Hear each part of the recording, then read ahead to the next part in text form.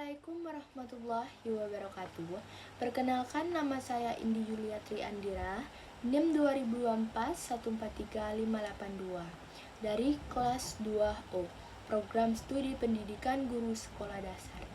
Tujuan saya membuat video ini untuk memenuhi tugas bahasa Indonesia tentang morfologi. Jadi, penjelasan yang pertama, saya akan menjelaskan pengertian morfologi menurut Ramlan, Krisda Laksana, dan Kerap.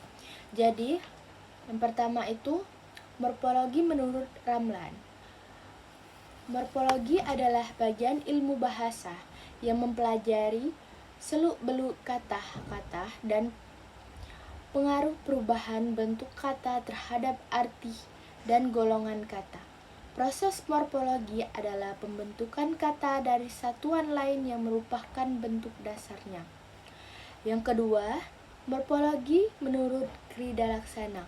Morfologi adalah bidang linguistik yang mempelajari morfem dan kombinasi-kombinasinya. Morfologi juga dapat dipahami sebagai bagian dari struktur bahasa yang mencakup kata dan bagian-bagian kata, yaitu morfem. Morfologi adalah studi tentang bagaimana morfem atau bagian terkecil dari kata yang memiliki makna diatur dan dikombinasikan untuk membentuk kata dan struktur bahasa. Selanjutnya itu morfologi menurut Kerap.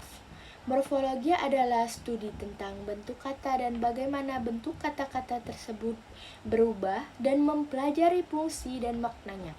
Secara sederhana, morfologi mempelajari struktur internal kata dan bagaimana morfem atau satuan terkecil dengan makna bergabung untuk membentuk kata-kata. Selanjutnya saya akan menjelaskan yang kedua, yaitu kesimpulan dari morfologi menurut dari Ramlan, Krisda Laksana, dan Kerap. Jadi, kesimpulan menurut Ramlan, morfologi adalah cabang ilmu bahasa yang mempelajari seluk-beluk kata-kata, perubahan bentuk kata, dan pengaruh perubahan bentuk kata terhadap arti dan golongan kata. Sedangkan kesimpulan dari Krisda Laksana, morfologi adalah bidang linguistik yang mempelajari morfem dan kombinasi-kombinasinya, atau bagian dari struktur bahasa yang mencakup kata dan bagian-bagian kata, yaitu morfem. Selanjutnya, kesimpulan dari Kerap.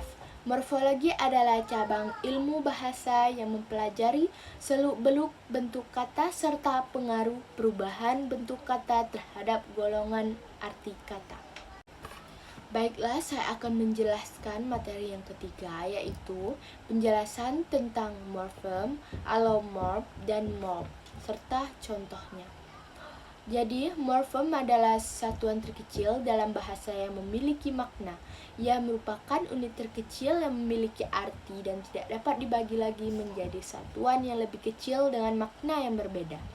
Morfem bisa berupa akar kata atau imbuhan dan bisa berdiri sendiri, yaitu morfem bebas, atau membutuhkan morfem lain, itu yaitu morfem terikat.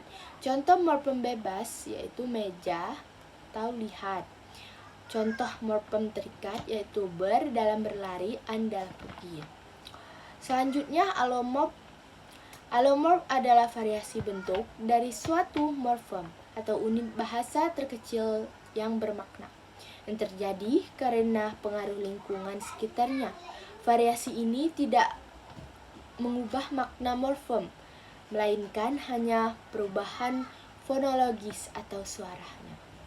Contoh morfem mi. Dalam contoh mi adalah morfem yang memiliki allomorf. Memakan, memukul, memohon, memungut,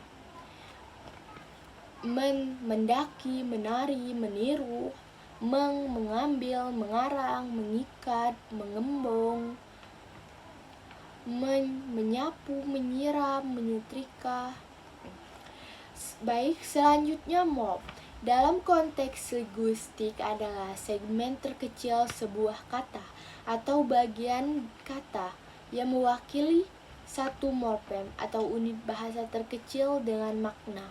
Dalam bunyi atau tulisan morf bisa merupakan kata tunggal atau bagian dari kata yang tidak bisa berdiri sendiri atau morf terikat. Contoh morf terikat